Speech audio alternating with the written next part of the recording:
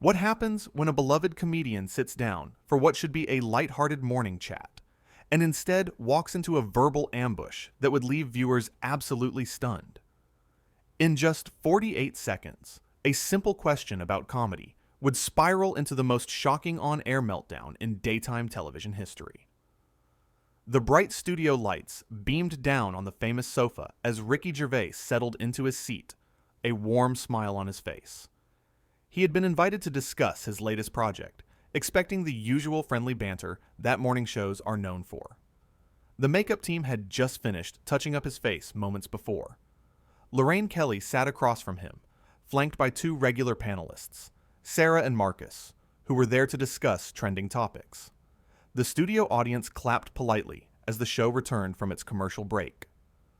"So, Ricky, lovely to have you here," Lorraine began, her smile not quite reaching her eyes. Her tone already had an unusual sharpness to it that made the crew exchange glances. "I have to say, I've been reading some things about your comedy lately." Ricky nodded politely, still expecting a normal interview. "Oh, yes? What sort of things?" Lorraine leaned forward slightly, her tone shifting dramatically. "Well, there seems to be quite a lot of people saying that your brand of humor is, how do I put this delicately, past its expiration date. You know, outdated, no longer relevant, that sort of thing." Sarah, one of the panelists, shifted uncomfortably in her seat, her eyes darting between Lorraine and Ricky. The studio audience fell silent, sensing that something unusual was happening. This wasn't the friendly morning chat they had expected. Ricky chuckled, trying to keep things light and professional. "Well, comedy is subjective, isn't it? Not everyone has to find the same things funny. That's the beauty of it, really. There's something out there for everyone." "But don't you think," Lorraine continued, her voice taking on a sharper edge that made Marcus lean back in his seat, "that there's a difference between subjective taste and simply being offensive for the sake of it? I mean, some would argue, and many have argued quite publicly, that you've built your entire career on punching down at people who don't deserve it. Regular people, vulnerable people even." Marcus cleared his throat nervously, fidgeting with his notes. "Lorraine, I think perhaps we should—" She held up her hand sharply, cutting him off mid-sentence without even looking at him. "No, Marcus, I think this is an important conversation to have. A conversation that frankly is long overdue. Ricky, you've made millions, absolutely millions of pounds from making jokes at other people's expense. Doesn't that bother you at all? Don't you think that's a bit, well, cruel and exploitative?" Ricky's smile faded slightly, his expression becoming more serious. "I think you might be fundamentally misunderstanding what satire is, what it's meant to do. The whole point is to challenge ideas and poke fun at absurdity, at power structures, not to attack individuals or vulnerable people." "Oh, is that what you call it?" Lorraine shot back, her voice dripping with sarcasm. "Satire? Because from where I'm sitting, and from where a lot of people are sitting, it looks more like a man who peaked 20 years ago, desperately trying to stay relevant by being as controversial and shocking as possible. It's quite sad, really." The audience gasped audibly, some people covering their mouths in shock. Sarah looked down at her notes, clearly uncomfortable with where this was heading. The tension in the studio was palpable, thick enough to cut with a knife. "Lorraine, that's a bit harsh, don't you think?" Ricky said, his tone remaining calm but firm, though his body language showed he was starting to feel defensive. "I came here to talk about my new show, to have a pleasant conversation with you and your viewers, not to be personally attacked on live television." "Attacked?" Lorraine laughed, a sharp, brittle sound that echoed through the studio and made several audience members wince. "You spend your entire career attacking everyone else, making fun of people, tearing them down for laughs, and you can't handle a few honest questions? That's rich, that really is. The irony is absolutely delicious." Marcus tried again to interject, his voice louder this time. "Maybe we should move on to discussing the actual project that Ricky came here to talk about. That's what people tuned in for." "We will get to that," Lorraine snapped at him, her eyes flashing with irritation. But first, I want to know something. I think the audience deserves to know this too. Ricky, do you actually believe you're funny? Or do you know deep down, in your heart of hearts, that you're just riding on past success? Trading on a reputation you built years ago? Ricky sat back, his expression hardening, the friendly demeanor he had walked in with completely gone now. I'm not sure what you're trying to accomplish here, Lorraine, but this isn't a conversation. It's an interrogation. It feels like an ambush, actually. Did you plan this? Did you bring me on specifically to do this? Oh, so now you're the victim? Lorraine's voice rose slightly, becoming more shrill. How absolutely convenient. How predictable. The man who's made a fortune mocking everyone from celebrities to ordinary people, who's built an empire on making others uncomfortable, suddenly wants sympathy because someone dares to question him. Do you see the hypocrisy in that? Sarah finally spoke up, her voice shaking slightly. Lorraine, I really think we should... Sarah, please. Lorraine cut her off sharply, not even looking in her direction. I'm conducting this interview. I know what I'm doing here. Ricky leaned forward, his voice steady and controlled, despite the hostile environment. You know what? I think there's been a serious misunderstanding about why I'm here. I was told this would be a friendly chat about my work, about my new project. If you wanted to have a debate about the nature of comedy, about what's acceptable or not, that's fine. I'm happy to have that conversation. But ambushing a guest, attacking them personally, that isn't professional. It isn't right. Ambushing? Lorraine's laugh was cold and humorless. You're a public figure who courts controversy at every single turn. Who makes a living being provocative? And you're calling this an ambush?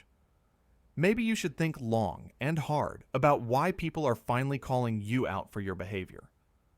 Maybe it's time for some self-reflection. Calling me out for what exactly? Ricky asked, his voice rising now to match hers. For making people laugh? For creating content that millions of people around the world enjoy and connect with? For entertaining audiences? What exactly is my crime here? For being outdated, Lorraine said bluntly, her words sharp as knives. For refusing to evolve with the times. For thinking that the same old shtick, the same tired routines, will work forever. For being stuck in the past. Honestly, Ricky, when was the last time you did something genuinely original? Something fresh? Something that wasn't just retreading the same old ground you've been covering for decades? Marcus shook his head slowly, looking genuinely distressed. This is getting completely out of hand. This isn't what this show is supposed to be. Is it, Marcus? Lorraine turned to him, her voice dripping with condescension. Or is it just refreshing to see someone actually challenge one of these so-called comedy legends instead of fawning over them? Instead of treating them like they're untouchable? Maybe that's what's making you uncomfortable. The truth. She turned back to Ricky, her gaze intense and unrelenting. You see, this is the problem with people like you. You've had everyone telling you how brilliant you are for so long, for years and years, that you can't handle even the slightest bit of criticism. You're not used to it.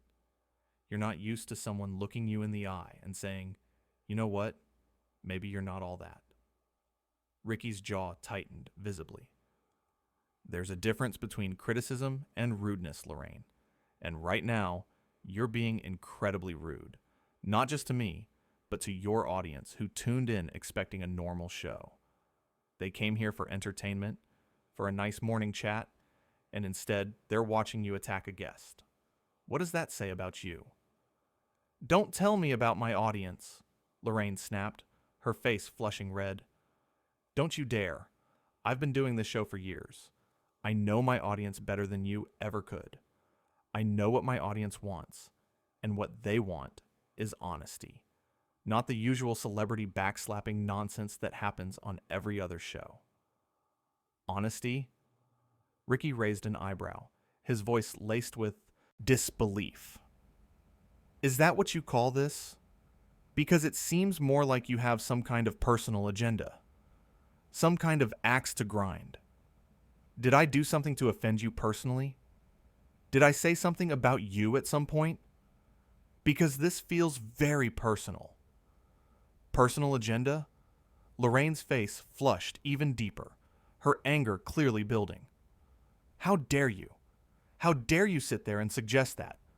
I'm simply asking questions that need to be asked. Questions that other interviewers are too scared or too starstruck to ask. If you can't handle that, if you can't handle some basic scrutiny, maybe you shouldn't be in the public eye at all. Sarah tried once more, her voice stronger now. Perhaps we could take a quick break and regroup. Collect ourselves. We're not taking a break, Lorraine said firmly, her tone brooking no argument. Ricky, let me ask you something else. Something I think is really important. Do you ever feel guilty about the money you've made? I mean, there are people out there struggling, really struggling to make ends meet, to feed their families, and you're living in luxury making jokes at their expense. Does that ever bother you? Does that ever keep you up at night? Ricky stared at her for a long moment, clearly trying to process the absurdity of the question.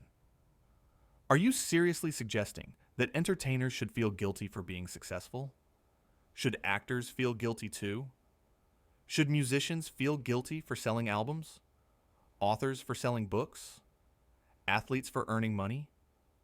Where exactly do you draw the line here? What's your logic?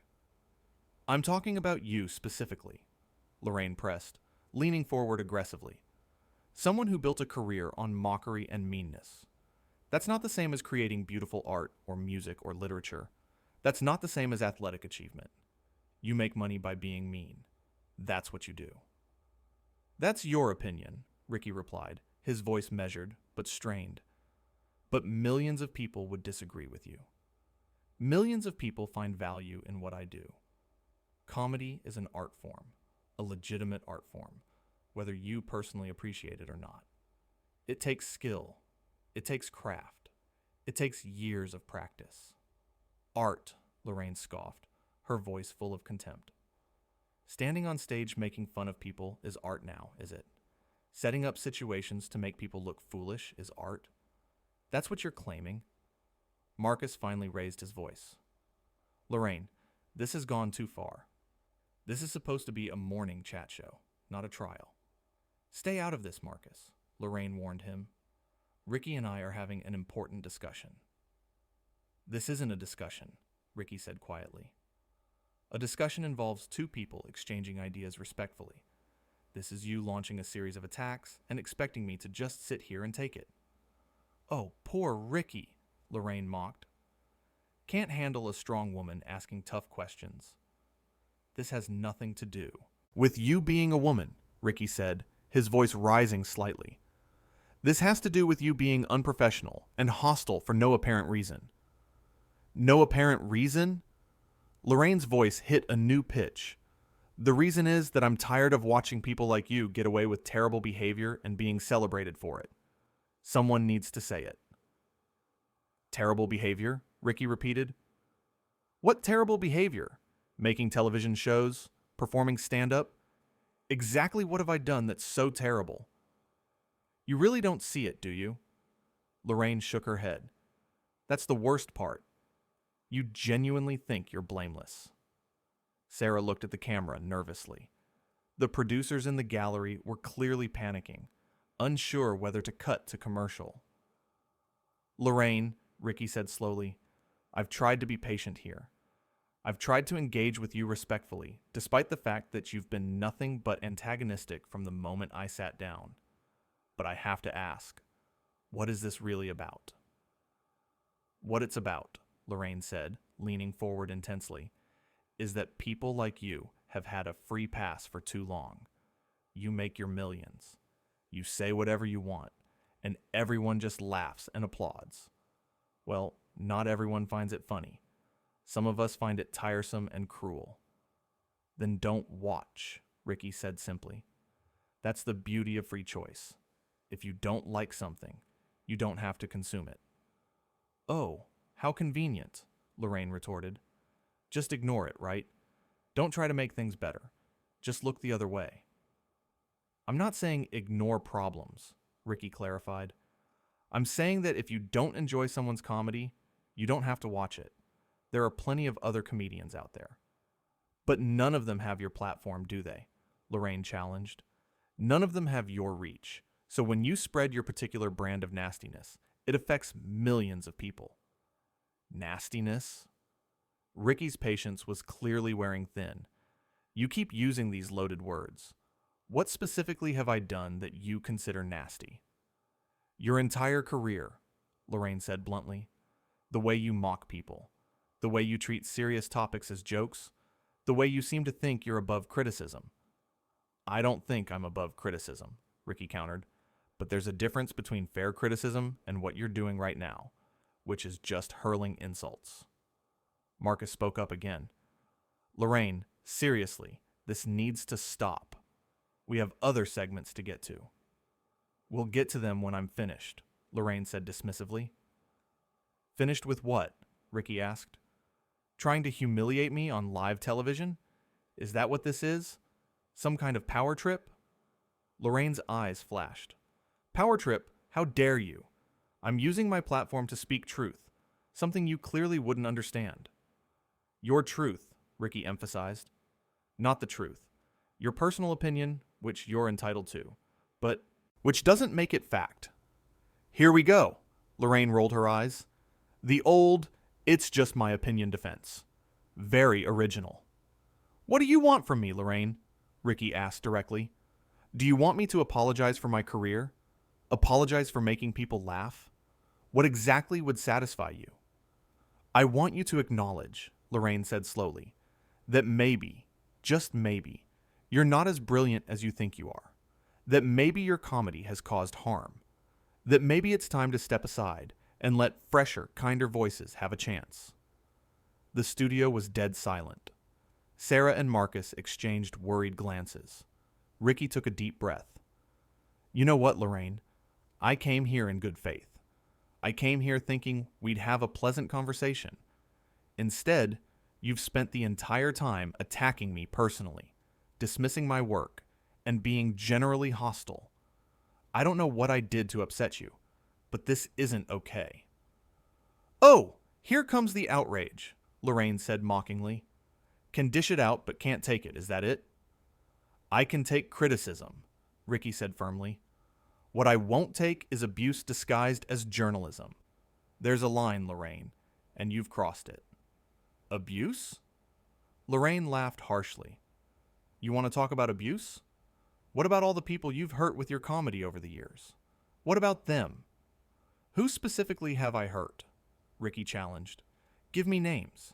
Give me examples. I don't need to give you examples, Lorraine shot back defensively. It's common knowledge. Everyone knows it. It's been written about, talked about, discussed endlessly. In other words, you can't actually back up your accusations with facts, Ricky said, his voice calm but pointed. You're just throwing out vague criticisms and hoping something sticks. That's not journalism, Lorraine. Lorraine's face reddened, a flush creeping up her neck. Don't you dare try to turn this around on me. Don't you dare. I've done my research.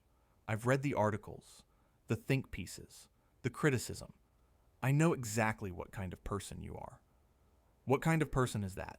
Ricky asked calmly, folding his arms. The kind who thinks being clever gives you the right to be cruel, Lorraine said, her words coming faster now. The kind who hides behind it's just comedy, whenever anyone calls you out on your behavior. The kind who's more interested in being provocative and shocking than being kind, or thoughtful, or considerate. And you're being kind right now, are you? Ricky gestured around the studio, at the cameras, at the audience. Inviting someone on your show under the pretense of a friendly interview just to tear them down in front of millions of people? That's your definition of kindness? That's what you consider thoughtful behavior? Sarah finally found her voice, speaking up with surprising strength. Both of you, please. Can we just take a moment to... Sarah, I told you to stay out of this, Lorraine snapped at her, her tone harsh and dismissive. No, Lorraine, Sarah said more firmly, her voice gaining confidence. This has gone way beyond a normal interview. Way beyond. This is uncomfortable for everyone. The crew, the audience, everyone watching at home. This isn't what we do here. Then maybe everyone needs to be uncomfortable for once, Lorraine retorted, her chin jutting out defiantly. Maybe that's exactly what we need. A dose of reality. A dose of truth. Ricky stood up slowly, carefully removing his microphone pack and setting it down on the coffee table. I think we're done here. I'm not doing this anymore. Sit down, Lorraine commanded, her voice sharp and authoritative. We're not finished. I have more questions. Yes, we are, Ricky said quietly but firmly, his voice carrying a finality that silenced the room. I don't have to sit here and be insulted. Nobody does. Nobody should have to endure this. Running away? Lorraine taunted, her voice mocking and cruel. How predictable. How absolutely predictable. The moment someone challenges you, the moment someone stands up to you, you run. You just can't take it. This isn't a challenge, Ricky said, his voice steady despite the provocation. This is you being unnecessarily cruel and hostile. I've dealt with tough interviews before, Lorraine. I really have. I've had people disagree with me, debate me passionately, even criticize me harshly. But this is different. This is just mean-spirited. This is personal. Mean-spirited? Lorraine stood up as well, moving around the coffee table. You want to talk about mean-spirited? What about every single joke you've ever made at someone else's expense? What about all those people you've mocked over the years? What about that? Where's their voice? My jokes are about ideas, about hypocrisy, about powerful people and institutions, Ricky explained patiently. I don't target vulnerable people. I never have. I punch up, not down. That's always been my rule. That's what you tell yourself, Lorraine said dismissively, waving her hand. That's the story you've convinced yourself is true, but the reality is very different. The reality is that you hurt people. Marcus stood up too, his face showing clear distress. Lorraine, please, this is getting completely out of hand. This is going too far. We need to go to commercial. We need to stop this now. We're not going anywhere, Lorraine insisted stubbornly, her jaw set. Not until I'm finished. Ricky shook his head slowly. Actually, I am. I'm leaving. This was supposed to be an interview, a normal conversation, not an ambush. And I'm not going to stand here and be your verbal punching bag. I'm not going to be your target. Typical, Lorraine scoffed loudly, her voice echoing through the studio. Absolutely typical. Can't handle a real conversation. Can't handle someone actually questioning you. A real conversation involves mutual respect, Ricky said, his voice firm and clear. Something you clearly don't have for me or for anyone who doesn't share your exact worldview. This isn't journalism, Lorraine. This is something else entirely. My worldview? Lorraine's voice rose again, becoming even louder. My worldview is that people should be held accountable for their actions, for their words. Is that so terrible? Is that so wrong? No, but this isn't about accountability, Ricky countered firmly.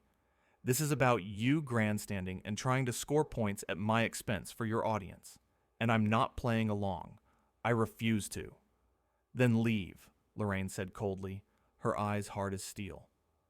Run away like you always do when things get tough, when things get real. I'm not running, Ricky said calmly.